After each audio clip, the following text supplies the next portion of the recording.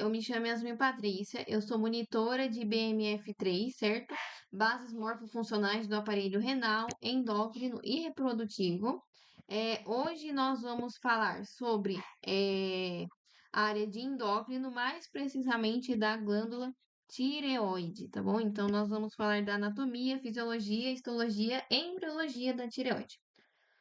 Falando um pouco mais dos objetivos, né? Dentro da anatomia, nós vamos falar dos aspectos anatômicos da glândula tireoide.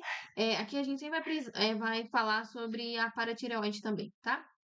Então, a anatomia das duas, os aspectos anatômicos, a parte de irrigação arterial, drenagem venosa, de embriologia aqui, né? Nós vamos falar tanto dela como de histologia, né?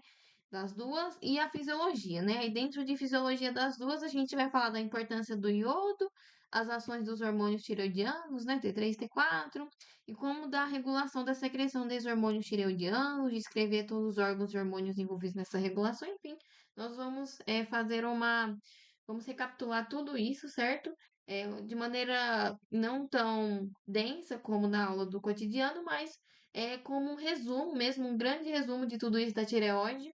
Eu espero que seja muito proveitoso aí para recapitular os principais pontos dessa glândula que é tão importante. Antes de começar, propriamente dito, eu gostaria de deixar aqui para vocês as referências que eu recomendo que vocês utilizem e também fazer meus agradecimentos, né, a cada professora que deu essa aula para mim. Então, a professora Josélia deu aula de anatomia, a professora Thaís deu de histologia e êmbrio, e a prof. Mari deu de fisiologia. E aí, eu retirei algumas imagens dos slides delas, né? Então, meus agradecimentos aqui. De referência, então, o livro do Ross, de histologia. Para fisiologia, você pode usar o do Guyton, né? De anatomia, você pode utilizar o livro do Moore, certo? Tem algumas imagens aqui de fisiologia do livro da Silverton, tá bom? Se você quiser dar uma olhada, todos esses, né? Os quatro estão lá na central do aluno, tá bom? Na minha biblioteca. Então, dentro desse esquema que eu montei aqui, nós vamos estar nessa parte aqui, ó, na de anatomia, tá bom? Falando aí sobre a tireoide propriamente dita, né, a localização dela, a gente vai ter ela entre C5 e T1, tá bom? Então, a cervical 5 e a torácica, a primeira vértebra torácica. Tireoide, né? Oide vem do grego, que é oidos, que significa semelhante. Aí você me pergunta, semelhante ao quê? Tireos, em grego, é de escudo, então é semelhante a um escudo. Então a prof. Josélia deixou aqui a imagem do escudo. E ela lembra também uma borboleta, daquela gravata de borboleta, tá vendo? Ela lembra bastante, né? Então, parte de localização é isso. A parte de ligamento, cartilagem, musculatura, a gente viu com bastante profundidade lá na BMF2, né, de respiratório, mas aí você consegue relacionar a localização dela com base nisso que a gente já viu em outras BMFs, né? Então, aqui tá a tireoide, então nós vamos focar nela e na paratireoide, que está na vista posterior dela. Aqui é basicamente o mesmo intuito de você localizar a tireoide, né? Como você pode ver aqui nesse corte transversal, ela abraça toda a traqueia aqui, né? Então aqui tá a tireoide de rosa, ó, a traqueia é isso daqui, aqui tá o esôfago, né? Atrás da traqueia, certo? Então você consegue notar essa parte de localização dela, ó. Aqui você tem a vértebra C7, né? A gente falou o quê? Que ela tá entre C5 e T1. Então aqui ele colocou a vértebra C7, né? Então você consegue aí ter mais noção de localização também, certo? Bom, falando das partes da glândula tireoide, primeiro de tudo, você divide ela num lobo esquerdo e num lobo direito. O do meio aqui é o istmo, certo? E aí em cada lobo vai ter dois polos. Um polo que a gente vai chamar de superior, outro de polo inferior. Então, polo superior do lobo direito, polo superior do lobo esquerdo. Polo inferior do lobo direito, polo inferior do lobo esquerdo, tá? Existe uma variação anatômica, né? Eu acho importante frisar aqui, não está dentro dos objetivos, mas foi até uma questão de prova pra gente. que é esse lobo piramidal, tá bom? Não necessariamente ele tem que surgir nessa posição aí que tá na imagem, tá? Ele pode surgir em qualquer posição, basicamente, 15 a 75% da população, então é um lobo a mais, né? Um lobo piramidal, uma variação anatômica. E aqui falando das paratireoides. Então, as paratireoides vão ser glândulas que vão estar na vista posterior da tireoide, tá bom? Na altura do istmo. E aí você tem quatro, duas de cada lado do lobo, né? Então tem duas para o lobo esquerdo, duas para o lobo direito.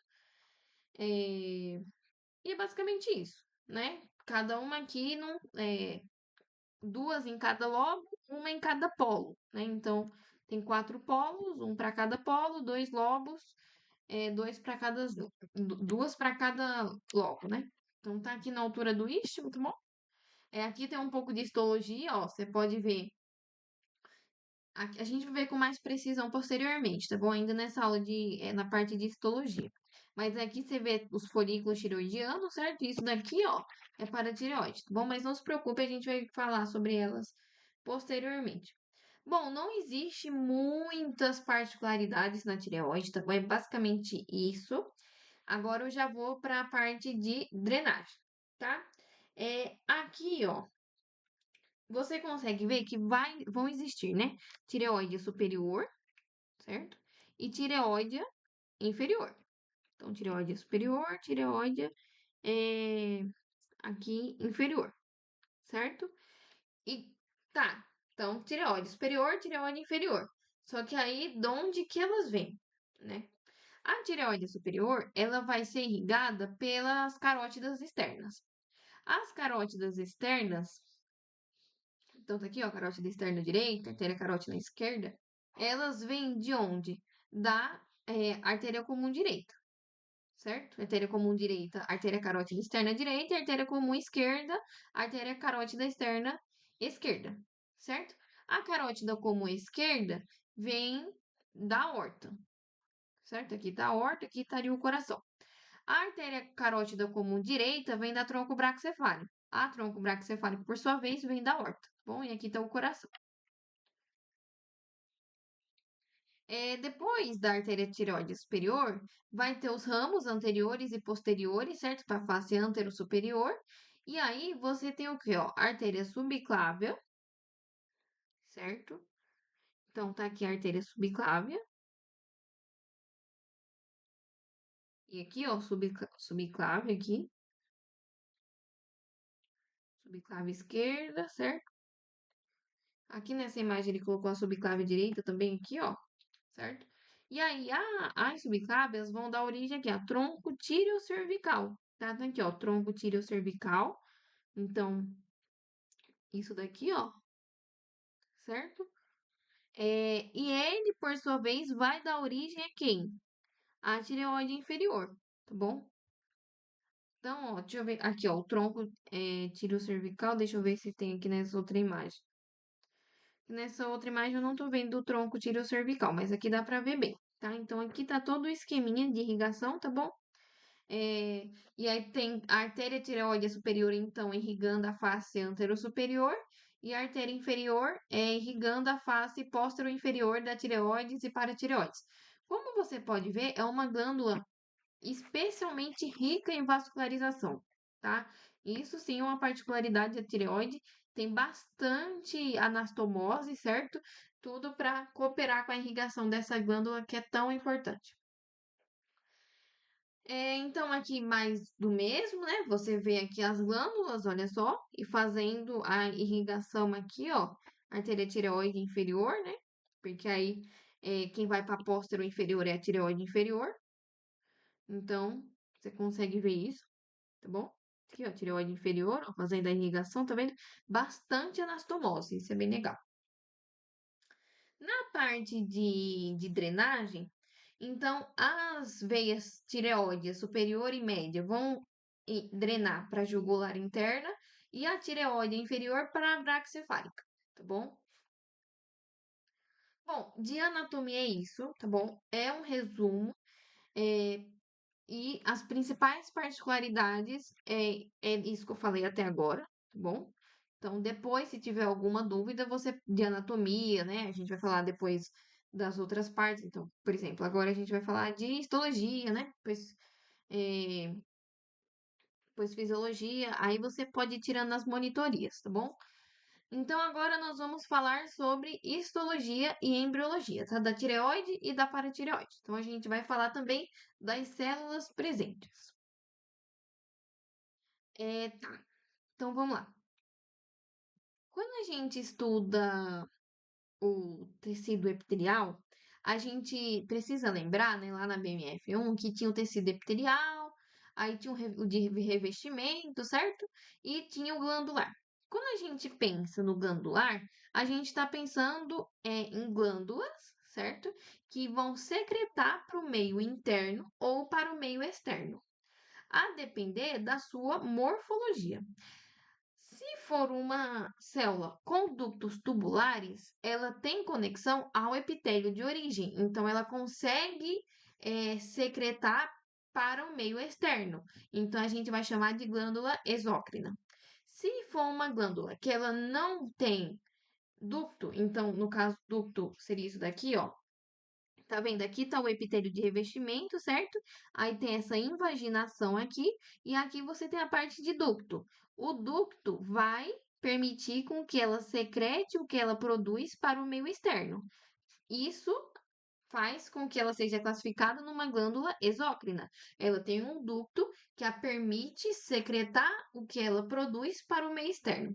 Quando é uma célula revestida assim, ó, por capilares, ela não tem um ducto que veio dessa invaginação igual aqui a exócrina, tá vendo? O que ela produz vai direto para a corrente sanguínea, ó, fica no meio do aqui, ó, fica penetrando nela, né, essa corrente sanguínea. Então, não vai para o meio externo. Ou seja, tudo que ela produz vai ser lançado na corrente sanguínea, vai ser secretada na corrente sanguínea.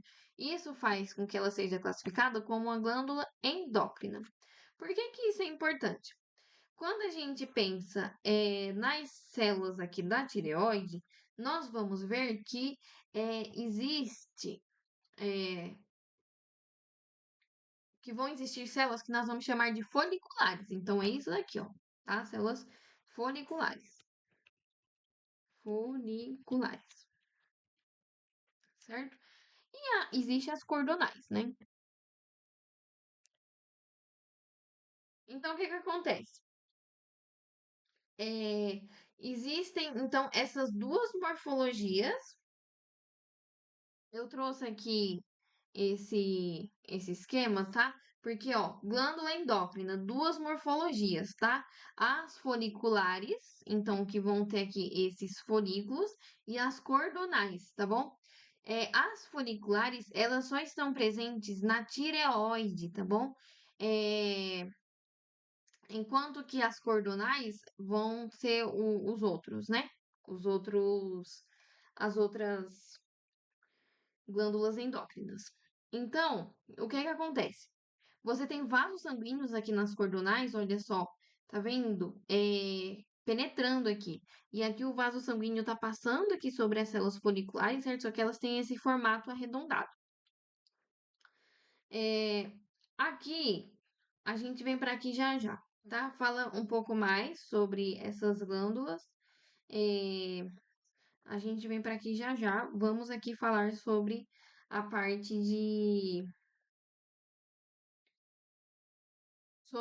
parte das células foliculares em si. Então, para a tireoide, é isso aqui, ó, células foliculares, tá bom? Então, agora vamos ver, né, a histologia aqui, ó. Então, se lá na sua prova pergunta assim, nomeia a estrutura. A estrutura é o quê? Um folículo tiroidiano. Aqui, ó, cada círculo desse é um folículo, tá vendo? Isso daqui é muito lindo, assim, é assim, algo que nossa, Deus presenteou a gente com isso, porque você consegue ver o quão bem desenhado é isso daqui. Esse produto aqui do meio se chama coloide, tá bom? Então, a estrutura aqui são os folículos tiroidianos. Então, uma das morfologias presente nas glândulas endócrinas. Ok. É, de células, então, né? Tava lá que um dos objetivos era falar sobre as células. Aqui é o quê? Coloide, que nós vimos, certo? coloide. A estrutura era quem? Folículo tireoidiano, que eu abreviei, né? E quem são as células? As células são essas daqui, ó, que estão revestindo o folículo tireoidiano, olha só. Tá vendo? São células pavimentosas, olha. Tá vendo? São as células foliculares, tá bom? Então, coloide, folículo tireoidiano e células foliculares. Mas não existe só as células que circundam, né, o folículo, que são as foliculares. Não existe o quê? As parafoliculares, ou seja, que estão ao redor dos folículos, tá? Vamos ver agora, então, sobre a parte de morfologia que eu falei. Então, aqui é onde vai ser produzido, né, no coloide, aqui onde vai ser produzido T3 e T4, a gente fala com mais precisão na fisiologia, tá bom? Ok, então, o que que acontece? A gente vai determinar a atividade da célula de acordo com a sua morfologia, tá? Se você tem um epitélio mais colunar, tá bom? Significa que tem pouco coloide. Então, é uma célula que está hipoativa. Agora, se é uma célula mais pavimentosa, significa que aqui tem muito coloide. Então, é uma célula hiperativa, tá bom? Agora falando aqui das células parafoliculares, né? Então, como eu disse, elas são as que estão do lado das foliculares. Então, olha só, isso aqui, folículo tiroidiano, certo? Aí aqui, coloide. E aqui que tá do lado, ó, parafoliculares, tá? Ela não vai produzir T3 e T4, tá bom, gente? Igual os folículos tiroidianos. Elas vão produzir calcitonina, tá bom? A calcitonina, ela não é dependente de níveis de TSH, TRH, T3, T4, nada disso. Ela é dependente, perdão, ela vai ser determinada pelos níveis séricos de cálcio. Então, o que ela vai fazer, tá? Ela vai... Deixa eu pegar aqui a caneta, só um minutinho. Fazer a inibição da reabsorção sérica de cálcio, tá bom? Através do quê? Da inibição dos osteoclastos. Inibição de osteoclastos. Certo? Porque os osteoclastos vão fazer a retirada de cálcio do tecido ósseo e secretar para a corrente sanguínea, certo? E vai reabsorver para o quê? Para aumentar os níveis séricos de cálcio. Se níveis séricos de cálcio estão nos níveis, se já tem nível sérico de cálcio, calcitonina inibe osteoclasto, porque não precisa mais ficar reabsorvendo cálcio assim do tecido ósseo para jogar para a corrente sanguínea.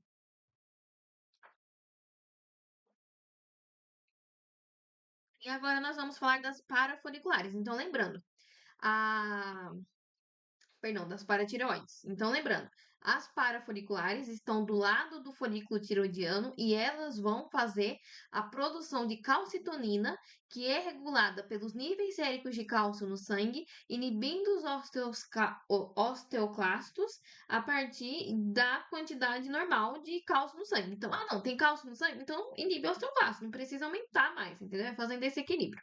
Agora a gente vai falar da paratireoide, tá? Paratireoide e paratormônio. A gente vai falar depois do paratormônio. Então, é uma glândula cordonal revestida por cápsula de tecido conjuntivo que vai trazendo o tecido conjuntivo para dentro das células. Então, aqui você vê, ó, a diferença da tireoide para parafolicular.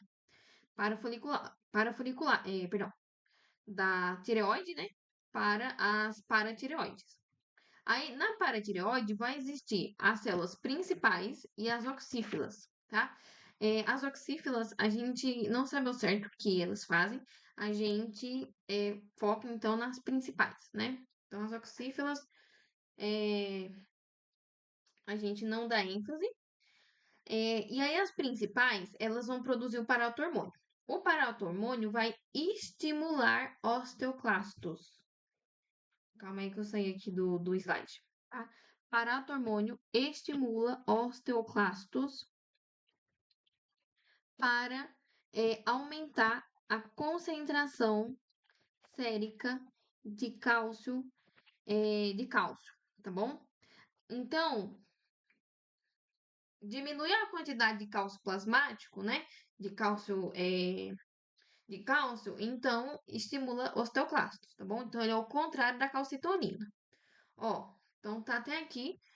Aqui esse slide não tá todo. Agora sim, ó. Graças a Deus. Ó, então tá aqui, ó. O cálcio elevado, certo? Faz o quê? Estimula a calcitonina, que inibe o osteoclasto. Cálcio diminuído estimula paratormônio, que estimula o osteoclasto, tá? E aqui você tem os osteoclastos, certo? Agora vamos falar da embriologia, tá? Então, na embriologia, eu deixei aqui esse textinho, tá bom? Então, ele vai surgir a partir do endomesoderma, certo? Que é derivado do intestino primitivo anterior, localizada inicialmente no assoalho da laringe primitiva, e a tireoide começa a migrar, passa pela região do ducto tireoposto, tá? A partir da nona semana de gestação, as células endodérmicas diferenciam-se em placas de células foliculares que se dispõem em folículos da 14ª semana, os folículos bem desenvolvidos revestidos por células foliculares contêm colóide dentro do lume e a tireoide começa a funcionar por volta do final do terceiro mês, tá bom? Então, lembrar aí de ducto tireogrosso, né? Da origem aí, certo? Bom, agora nós vamos falar da fisiologia. Então, nós vamos falar da fisiologia tanto da tireoide quanto da paratireoide, tá? Então, a importância do iodo para a fisiologia tiroidiana, quais são as ações dos hormônios tiroidianos e como se dá a regulação da secreção de hormônios tiroidianos. Descreva todos os órgãos e hormônios envolvidos nessa regulação. Então, começando do começo, o que é que você tem? É, Se aumenta níveis de T3 e T4 sanguíneo, feedback negativo no eixo, porque aí diminui produção de TRH, TSH, certo? Se diminui a produção, aí aqui feedback para estimular, certo? A produção TRH, TSH, tudo bem? Aí o que que acontece? O hipotálamo, então, endócrino a gente viu, né, que vai existir o hormônio hipotalâmico, o hormônio é, hipofisário e o hormônio do órgão-alvo, né? No caso do T3 e T4, o hormônio hipotalâmico é o TRH, da adenipólise é o TSH e o da tireoide T3 e T4, tá bom? T4 em maiores quantidades que T3, né? Então, órgão-alvos aí. E agora a gente vai falar como que funciona aí a regulação. Bom, antes eu queria dar ênfase no iodo. O iodo ele é extremamente essencial para poder fazer a montagem, tá bom? A síntese dos hormônios tiroidianos, tá? A gente vai ver que ele vai unir, né, com a tireoglobulina, com tirosina, formar T3 e T4, vai ser oxidado a partir da tireoide peroxidase, enfim, eu vou falar sobre isso daqui a pouco, mas ele é extremamente essencial para isso, tá? Funcional para T3 e T4. E aí existe, né, por lei, a obrigatoriedade dos sais serem iodados, né? Então, quando você compra lá o saquinho do supermercado de sal, tá lá, sal refinado iodado, né? Ele tem que ter iodo, certo? Bom, muito bem. Então, vamos lá. É, de maneira bem resumida, então, o que que vai acontecer? Você tem aqui a célula folicular, certo? Aí, aqui desse lado é corrente sanguínea. Aqui desse lado é coloide, tá? E aí vão existir duas membranas, obviamente. Vai existir a membrana basolateral, que vai estar relacionada com a corrente sanguínea, e a membrana apical, que vai estar relacionada com o coloide, tá? Então aqui é como se continuasse isso daqui, ó, né? Aqui. E aqui tudo isso daqui fosse célula parafolicular e isso aqui de vermelho fosse coloide, entendeu? Você vai pensar nisso. Ok? Tá, então você vai ter eh, o NIS aqui, tá bom? Só um minutinho. Prontinho. O NIS, que vai ser o cotransporte, vai ser o transportador, né, que vai fazer o SYMPORT, aqui na membrana basolateral da corrente sanguínea, tá? Você vai ter a pendrina, que vai estar aqui na membrana apical, fazendo o transporte para o coloide, tá bom? Aí o que que acontece? O NIS vai fazer o SYMPORT de duas moléculas de sódio e uma de cloreto. A célula folicular é rica em cloreto, tá bom? Então, o cloreto aqui está indo contra o gradiente de concentração, porque ele está indo para um lugar que já tem muito dele. Isso tudo movido a favor de bomba de sódio e potássio, tá bom? Então, aqui, já falei disso. T3 e T4 derivados da tirosina. Agora estamos falando dos hormônios derivados de amina com iodo, né? Então, aqui é ok. Aí, depois, o que que acontece? A pendrina aqui, né, vai pegar esse iodo aqui, ó, e vai mover ele para o coloide. No coloide vai ter a enzima tireoide peroxidase. Ela oxida o iodo. Antes o nome dele não era iodo, tá bom? Era iodeto. Aí quando oxida ele, aí ele vira iodo, tá? E aí vai juntar iodo, tá bom? Com tirosina. Então, ó,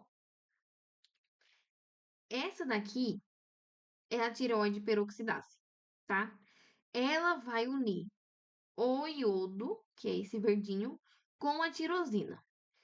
E quem forma a junção disso tudo é a tireoglobulina, é uma proteína que faz a junção dos dois. Entendeu? É isso daqui. Depois, tireoglobulina, ela sai, né, de dentro aqui da célula folicular para poder fazer a junção e depois ela volta aqui para a corrente sanguínea, tá? Ó, então aqui,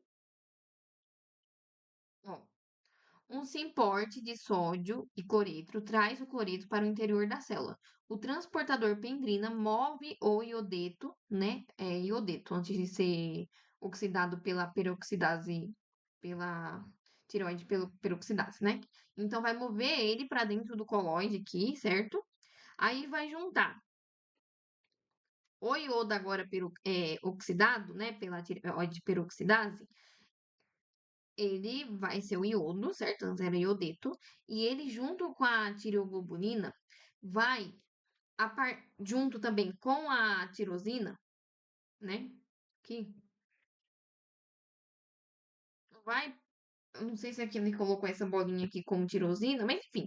Aqui, ó. Tirosina, né? Mais iodo, junto com a tireoide, com a tireoglobulina, né? Vai formar aqui, ó, as tirotoxinas. Né? Aí, duas tirosinas. Sempre tem duas tirosinas, tá bom? Mais quatro moléculas de iodo. Aí é a T4. Aí, três moléculas de iodo, mais duas tirosinas. Sempre tem que ter duas tirosinas. Vai formar o T3. Entendeu? Ok. Então, e aí depois, ó, isso daqui volta para dentro da célula folicular, tá bom? Sai do coloide, volta para dentro da célula folicular. As enzimas intracelulares separam T3 e T4 da tireoglobulina, e aí T3 e T4 é liberado aqui na circulação, tá bom? Então, aqui o que eu já falei, né? É... Certo? Bom, então aqui nós conseguimos falar sobre descrever, né, sobre os aspectos anatômicos das glândulas tireoides e paratireoides. Descrevemos a irrigação e drenagem venosa das glândulas tireoide e paratireoide. Falamos sobre a embriologia e histologia da tireoide e paratireoide, tá? Assim como as células presentes. Na fisiologia da tireoide e paratireoide, sobre a importância do iodo para a fisiologia tiroidiana, os hormônios, né, as ações dos hormônios tiroidianos e como se dá a regulação da secreção de hormônios tiroidianos e descrevemos todos os órgãos e hormônios envolvidos nessa regulação, tá bom? Então, de maneira resumida, é isso, né? Eu quis dar uma boa, enfim, resumida para não ficar tão longo, né? Então, eu espero que tenha colaborado aí com o desempenho, com o aprendizado, tá bom? Se tiver alguma dúvida, fique à vontade para comparecer nas monitorias do dia a dia. A gente vai estar lá super dispostos a tirar quaisquer dúvidas, tá bom? Então, me chamo Yasmin Patrícia, sou monitora de BMF3 e eu agradeço pela a sua presença aqui nessa aula.